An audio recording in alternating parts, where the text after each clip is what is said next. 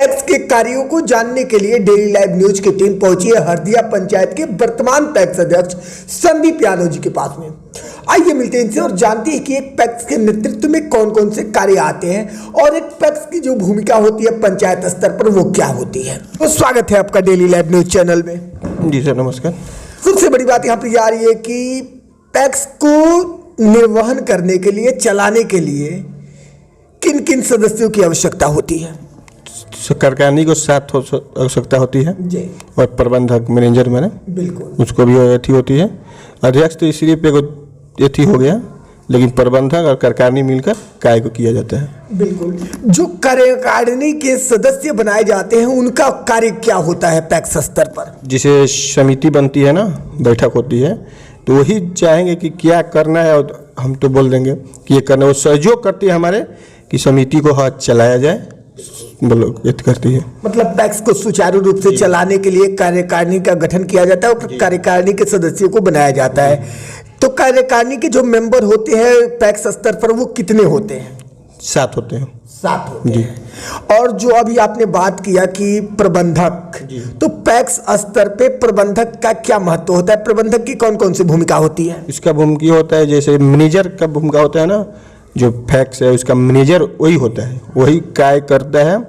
जैसे बैंक का कार्य जो गांव देहात में ठीक किया जाता है, खरीदारी किया जाता है, वो सब उसी को ही करता है। बिल्कुल। यानी फिर अगर हम बात करते हैं पैक्स चेयरमैन की या फिर पैक्स अध्यक्ष की, तो पैक्स अध्यक्छ की क्या भूमिका होती है?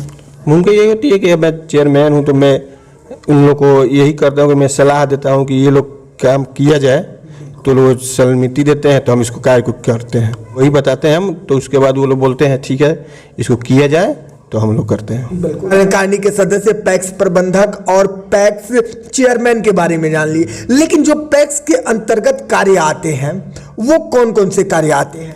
जिसे तो अभी धान का खरीदारी चल रहा है, उसके बाद यूरिया भी आता है, तो और ये बिया भी आता है, ये सब आता है तो हम लोग लाते हैं।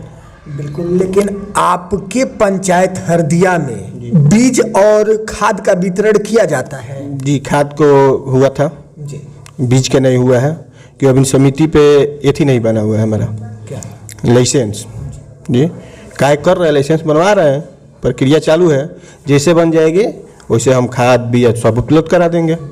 पैक्स जो है धान और गेहूं की खरीद करता है जैसा आप कह रहे हैं, लेकिन आपको नहीं लगता है कि एक पैक्स को जो है मोटे अनाज और तिलहन अनाज को खरीदना चाहिए और सहकारिता विभाग को जो है इसमें मोटे और तिलहन अनाज को भी जोड़ना चाहिए?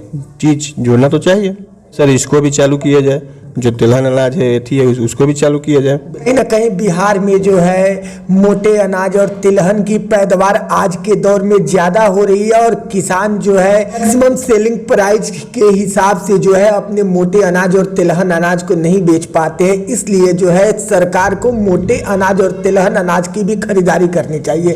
पैक्स के अंतर्गत जो है tractor, trolley, thresher, harvester, rotavator, cultivator, अन्य कृषि उपकरण या फिर कृषि यंत्र दिए जाते हैं, तो वो क्यों दिए जाते हैं? ये सारी व्यवस्थाएं दी जाती है किसान को सस्ते दर पर करने के लिए, काम करने। तो क्या किसान जो है पैक्स के ट्रैक्टर, ट्राली, थ्रेसर का उपयोग करके अपनी जुताई बुआई करते हैं? ओके, करते हैं, लेकिन हमारे पास अभी उपलब्ध नहीं है, हम नहीं कराते हैं। पैक्स के अंतर्गत जो है CSC यानी कि कॉमन सर्विस सेंटर दिया जाएगा। कॉमन सर्विस सेंटर देने के पीछे सरकार का क्या उद्देश्य है?